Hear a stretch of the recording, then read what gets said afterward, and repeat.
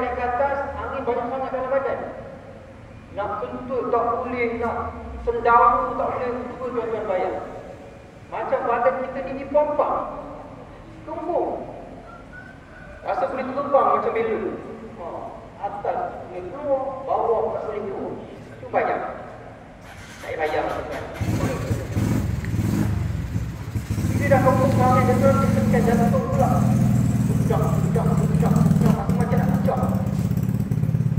Depur ni lain macam tu tak? Bukan depur macam sakit jantung. Ini depur macam budak.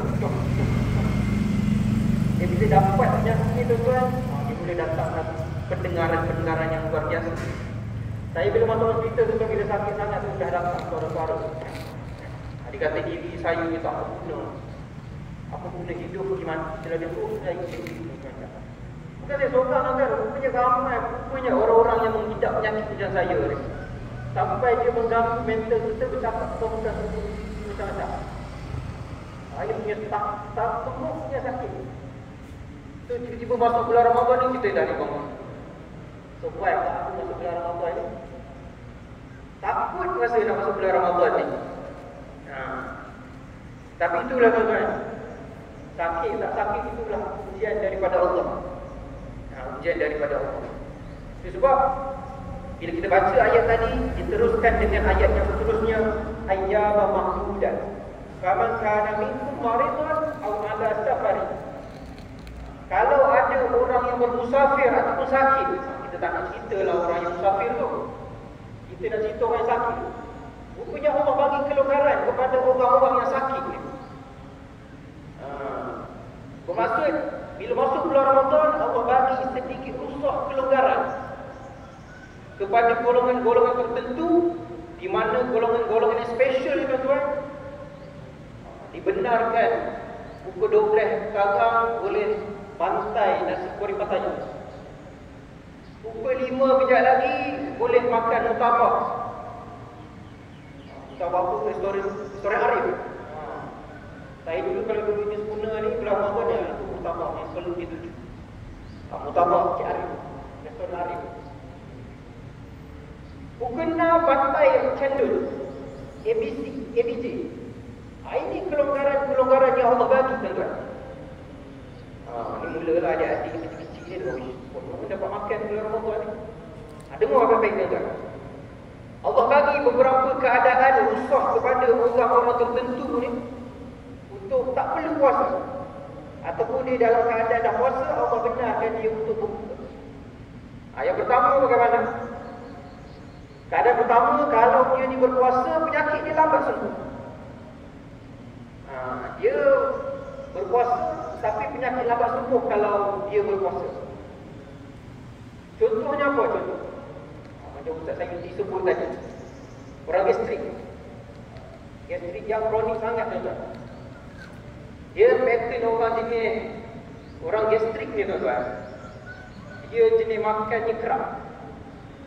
Makan sikit tapi kerap. Itu Ustaz Sayuti makan macam mana? Ke pantai nama betul dia. Dia kalau orang gastrik dia tuan-tuan, dia makan sikit tapi kerap. Pukul 8 sekejap lagi dia makan, 10 makan, pukul 1 makan, 4 petang makan, 8 malam makan, 10 malam makan, tengah malam jangan makan lagi. Makan untuk ke darah kita dia. Macam jin banget. Tapi itu memang sifat orang gastrik ni. Sentiasa kena ada makanan dalam perut. Kalau tak ada, mula keluar.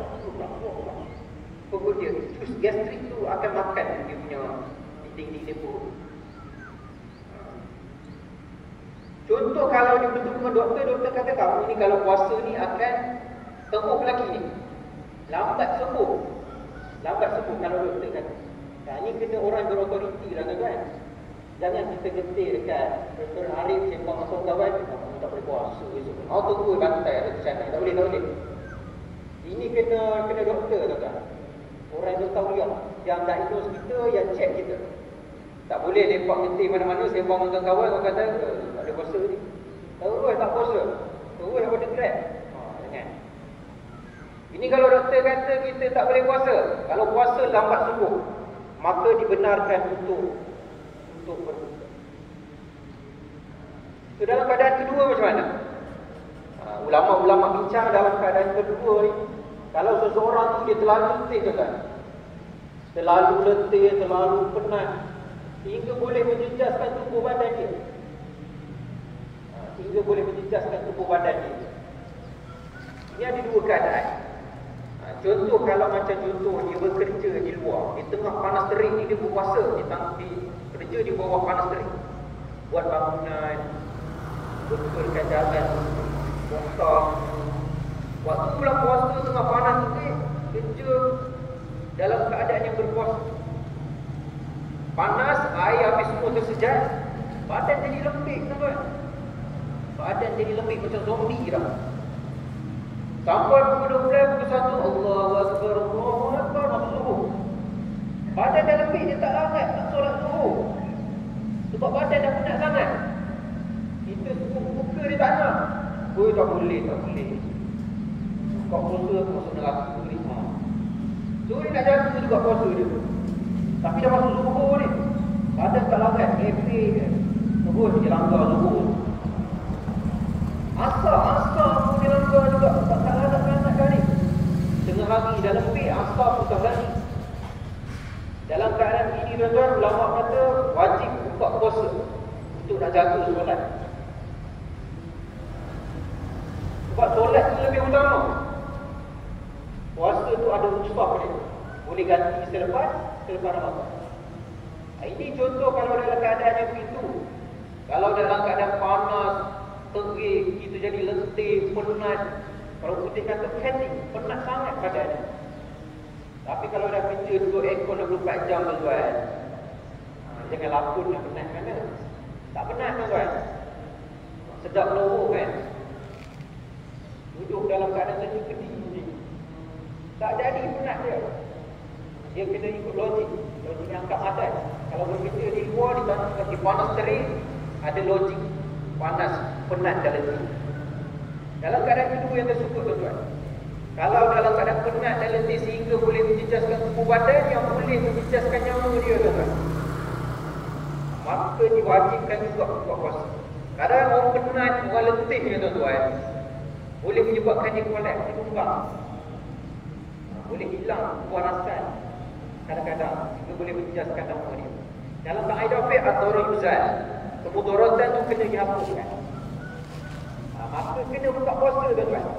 Jangan dah penat sangat nak jaga. Sudah buka. Tak boleh, ini kita tak nak. Jadi seterusnya ulama bincang tuan-tuan. Yang ketiganya, keadaan bagaimana yang dibenarkan untuk kita ni berpuasa. Keadaan ubat ni. Dia agak ubat. Ni kalau tengok fashion kita ni, menariknya golongan PM, PO ni. Apa dulu? Satu orang dalam tinggi, satu orang kecil mani. Tengok gaya-gaya tu set-set tu banyak. Saya pun dah muda tuan-tuan. Tapi sudah tua sebelum usia. Sakit dan macam-macam. Sama juga bila masuk bulan Ramadan tuan-tuan, orang kecil mani, orang darah tinggi. Memang problem kalau masuk bulan Ramadan. Sebelum ni tak pernah nak mencanak-canak darah tinggi dia. Masuk bulan Ramadan dan naik. Begitu juga dengan orang kecil manis. Jagalah makan, buat makan sebelum. Masuk bulan Ramadan dah hewaya. Kejap rendah, kejap tinggi, kejap rendah, kejap melintang. Semua ada dalam dia punya gula dalam darah. Tak tentu pahala. Gula dalam darah dia bila masuk bulan Ramadan. Ini memang fenomena yang berlaku dalam bulan Ramadan. Kalau pergi hospital tuan-tuan, inilah set-set yang memenuhi kata-kata hospital. Dia gitu tuan-tuan. Jadi kadang-kadang orang darah tinggi, orang kecil manis ni tuan-tuan, selalunya dia makan ubat kadang-kadang 2 kali sehari. Kadang-kadang ada yang 3 kali sehari. Kadang-kadang ada yang 4 kali sehari. Yang 3 dan 4 ni kadang-kadang 1 dan 2 itu dia akan makan pada waktu siang. Betul tak? Dan yang 2 dah tak ada. Mana tadi? Sihat walafiat. Alhamdulillah. Kita saya ubat dia lagi ni. Semua betul gaji sihat kan? Kadang-kadang ada yang makan ubat 3 kali, 4 kali. Yang jenis 3 kali, 4 kali ni tuan-tuan, ada makan pada waktu siang. Kalau doktor kata orang tak boleh hijrah dah ni, tak boleh makan 2 kali, tak boleh makan waktu pagi, tak boleh makan waktu malam, kena makan 1 pada waktu siang. Kalau doktor yang kata kena makan itu, kena ikutlah. Jangan kita pandai-pandai kita mentauliahkan diri kita sebagai doktor. Tak apalah, boleh makan sekali macam ni. Sudah ya, dah patut kita ke mana tu. Ini kita tak nak tuan-tuan, jangan jadi doktor sendiri. Pandai-pandai tak doktor kan, tak boleh. Kena bincang dengan doktor. Kadang-kadang tuan-tuan, kalau tuan-tuan ada ambil ubat setiap hari, boleh bincang dengan doktor, boleh kau tim. Kalau kita makan 3 kali, boleh tak makan 2 kali? Kau tim dengan doktor. Dia akan tengok keadaan kita. Kalau makan 2 kali, okey tak? Darah kita punya sugar level kita okey tak? Kalau okey, dia akan bagi 2 kali. Makan pagi, makan malam. Kalau dia kata tak okey dah ni, kena makan 3 kali, makan 4 kali, makan waktu siang. Tu kena makan tuan-tuan. Kesihatan tu penting. Kita makan buah ubat je. Kita makan apa? Mesti kita berterkadang dalam dunia ni tuan-tuan. Kita punya apa boleh jadi? Ini orang Melayu apa? Buah pinggang. Buah pinggang tu tapis. Dia tapis. Kadang-kadang dia akan memberi kesan. Sebab makan kena jaga tuan-tuan. Ubat kalau tak perlu tak payahlah makan. Jangan suka-suka lah makan, tak tahu lah makan apa, makan ubat lah, tak perlu. Tak perlu macam itu. Kalau macam sakit sikit-sikit tuan-tuan, baru sakit kena terapi pintu dekat situ. Untuk kau makan Panadol, tak payahlah tuan-tuan. Rukiah bila tangan tu. Itu. Sakit sikit makan ubat, tak sakit. Ini bahaya tuan-tuan. Yang jenis sakit makan ubat dan sakit ni bahaya. Doktor, nanya. Kita kat mana ni? Uji manis ni Macam ke tangan, ada uji manis ni. Ini sebenarnya tuan-tuan, tak kisahlah sakit darah tinggi ke, jantung ke, kecil manis ke. Ini ujian tuan-tuan. Allah bagi sakit apa pun ni sebenarnya ujian. Jangan lalu, saya kena bangga. Saya kena kecil manis. Tapi, dia kena bangga. Sebab ujian ni tuan-tuan, ini tanda Allah sayang. Ini tanda Allah sayang ni. Orang tak sakit, Allah tak sayang. Betul ke? Dalam satu hadis Allah sebut. Dalam satu hadis Nabi sebut. Man yuridillah bihi khairan yusib minhu. Kalau aku nak menghendakkan kebaikan kepada seseorang, Allah sebut, aku akan datangkan ujian kepada hamba-hamba aku. Sebab tu kalau dia sakit ni, sakit ni semua hati tu tak akan insting. Sebab bagi hati sesuka nak bagi dekat hati dia, dia sakit, kamu sakit. Ya Allah bagi sakit ni. Tanda apa? Tanda Allah sayang. Saya sakit masuk dalam hati ni, tanda Allah sayang ni. Kita kayu tinggi elektrik potong bawah ni, Allah sayang. Sebab dia pengurusi masjid. Ini sakit ni Allah sayang. Ada orang kecil manis, ada orang tinggi, bangga lah dengan penyakit-penyakit tersebut. Kalau makam kita di sisi Allah, Masya Allah, sangat tinggi. Gitu, saja nak tunjuk hati. Jadi tuan-tuan, kalau orang kecil manis tuan-tuan, orang kecil manis ni kalau dia kadang-kadang gula terlampau rendah, gula terlampau tinggi waktu bulan puasa ni, saudara-saudara, jiran tetangga, ahli keluarga terutama, kalau tahu ada ahli keluarga yang jenis kecil manis ni, kena tahu simptom-simptom dia, baru kita boleh bagi nasihat betul. Ni kalau kita tak ada ilmu, kita bagi nasihat salah, jalan kawan tu. Contoh kalau orang kecil manis tuan-tuan, kalau dah nampak muka dia macam dah pukul 9 pagi, 10 pagi, muka dia dah pucat. Muka macam zombie lah. Muka dah badan dah lain, dah macam sotong tau, lembik. Dah macam sajat tu rupanya lembik. Dah tahu dah gaya-gaya macam itu tandanya hypo tuan-tuan. Hypoglycemic, perbuatan badan ada. Hypoglycemic ni kurang gula lah. Kalau cek gula tu confirm rendah. Tiba-tiba kalau cek gula tu sampai 3.9, ini dah sampai tahap mengeluarkan nyawa. Kalau dah nampak anak saudara kita, ayah kita, mak kita, anak kita yang macam mana contoh, tengok keadaan gitu, cek gula, tengok 3.9, 3 ke bawah tu, bagi sumbat makan cepat. Order grab terus. Tak sempat order grab tu kan, makan apa yang ada tengok tu. Nak selamatkan nyawa dia tu kan, naikkan balik gula tu. Kalau di Riau, macam mana? Muka dah jadi zombie. Dah lembik macam sotong. Tahan lagi sampai zuhur tak boleh aku ni lagi susu nak tahan sampai maghrib. Sampai asal tuan-tuan, sikit lagi.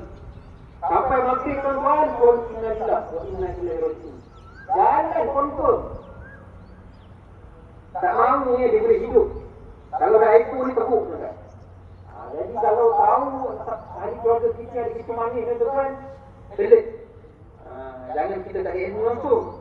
Penting ada ilmu ni. Tengok macam dia dah gaya kecil banyak. Tak dah gaya kecil banyak sebab tanda kepala pening semua. Ini tanda hyperglycemic. Orang kecil manis yang gula dia dah meningkat ni. Ya ini pun bahaya tuan-tuan. Dia rendah sangat tak boleh, tinggi sangat tak boleh. Bila dia dalam keadaan tinggi sangat, tengok gula dah sampai 16, 17, 18. Cepat-cepat turun, dia ambil ubat. Kalau contoh dia kena cucuk insulin, orang kecil manis ni dia cucuk tanpa urut dia. Kalau cucuk pokoknya batal ke tak? Batal ke tidak kalau cucuk kat perut tu? Kalau ikut fatwa Majmuah Islami yang bertempat di Jeddah, salah satu prosedur perubatan cucuk insulin ni dia tak batal puasa tuan-tuan. Cucuklah 10 kali, 100 kali, 1000 kali ikut suka mula cucuk, dia tak batal puasa. Tapi kalau contoh memang dia tak guna insulin cucuk tu, dia guna ubat. Mana ni dia ada satu ubat warna putih macam sekelas tu, nama dia metformin. Itu kena telan. Kalau telan tu batal puasa. Tapi kalau dah tinggi sangat kena telan ubat tu batal puasa. Tapi dibenarkan. Ini yang Allah sebut, "Faman kana minkum maridan" begitu. Kena buka puasa kalau orang sakit. Jangan duk biar sakit tu lama-lama boleh memudaratkan nyawa. Ini pertimbangan yang perlu kita ada tuan-tuan. Nak jaga nyawa ke nak jaga puasa? Ini fik muazanat yang perlu kita ada, fik pertimbangan. Jangan sampai kita nak jaga puasa sampai memudaratkan nyawa kita. Nyawa ni dalam maqasid syariah, dia hifz an-nafsi, preservation of life, menjaga nyawa. Duduknya nombor 2. Kena jaga nyawa tu sungguh-sungguh. Kena buka puasa, mata-mata kita nak jaga nyawa kita. Ini penting. Kalau kita nak jaga puasa sampai memudaratkan nyawa, ini tak bertepatan dengan syariat. Ini bodoh nama dia. Saja nak bunuh diri. Yang seterusnya yang terakhir tuan-tuan. Ulama bincang keadaan mana yang kita boleh buka puasa. Di mana keadaan kalau sekiranya dia sedang mengandung, ada bayi dalam perut dia, ataupun dia sedang menyusukan anak. Di mana dalam keadaan dia khawatir dengan keadaan diri dia, ataupun dia khawatir dengan keadaan anak yang sedang disusukan ataupun anak yang dalam perut dia. Jadi ulama bincang dalam keadaan begini, boleh buka puasa. Ini kita faham boleh kan? Kita dengar boleh. Untuk kaedah keempat ni kan khusus untuk wanita saja. Khusus untuk wanita yang mengandung dan menyusukan. Walaupun ada yang dihadapan kali ini mungkin perutnya suku macam 8 bulan, 9 bulan, dia tak termasuk dalam kategori ini. Ini style mengandung tak beranak-beranak tu. Ini kategori nombor 4 ni untuk wanita special. Allah muliakan wanita ini, orang yang mengandung, orang yang menyusu. Kalau dia mengandung tu kan, mengandung, ini kita perempuan lah, kita ni, kita dalam tu. Mengandung dia khawatir dengan keadaan diri dia ada dua keadaan saya cakapkan. Kalau contoh dia khawatir dengan keadaan diri dia sahaja, diri dia sahaja. Kalau dia khawatir dengan keadaan diri dia sahaja, tak besar dari sedang menyusu ataupun sedang mengandungkan anaknya, dia kena pokok puasa sahaja. Kalau sekiranya dalam keadaan tertentu dia tak risau tentang diri dia, dia tahu dia kuat kalau puasa. Cumanya dia risau kalau aku tak puasa ni, kalau aku puasa ni, mungkin zat kurang, anak aku dapat. Dia risau ke anak dia. Ini kalau aku puasa ni kurang nutrien zat, bayi dalam perut aku ni, dia tak anak ni. Dia risau ke zat lain dia. Dia risau ke anak yang sedang disusukan, bukan sebab dia. Dalam keadaan ni ulama kata boleh buka puasa tapi kena qada dan bayar fidyah. Bahasa detail tuan-tuan boleh buka dalam fatwa majlis wilayah keseluruhan Dr. Zulfikar Al-Bakri yang sebelumnya, dan sudah panjang mereka. Ini yang bertepatan disebutkan. Yang ayat yang kita baca tadi, faman kana minkum maridan aw ala safarin fa iddatu min ayyamin ukhra, diteruskan dengan ayat wa alal ladzina yutiqunahu fidyatun ta'am miskin. Kalau tak mampu nak berpuasa, tadi kita dah sebut, kalau kita tinggal berpuasa 1 hari 2 hari, kena ganti balik. Ini bukan kalau kita dah tinggal 1 hari 2 hari, diskon gitu je, tak. Habis bulan Ramadan kena ganti balik. 2 hari tinggal, 2 hari ganti. 5 hari tinggal, 5 hari lah ganti. Tapi kadang-kadang itu dia buat ada orang yang memang pada mati dia tak akan terus. Ini rutin nilai-nilai kamu ni sampai mati pun tak ada harapan puasa. Jadi bukan ada orang boleh duduk mati di sini tuan-tuan. Orang ni kalau terlentar atas katil, terlantar atas katil memang tak boleh nak gerak langsung. Orang terlalu tua sangat. Memang bergantung dengan ubat sepanjang masa. Memang terpaksa bergantung dengan makanan sepanjang masa. Maka orang ni dibenarkan tidak berpuasa sampai di situ. Maka keadaan ini dibenarkan untuk bayar juga. Kalau pemahaman tak sedar dari itu. So kalau sudah sekali lah 30. Jadi itu keadaannya tuan-tuan. Jadi ini 4 keadaan yang kita bincang untuk pagi.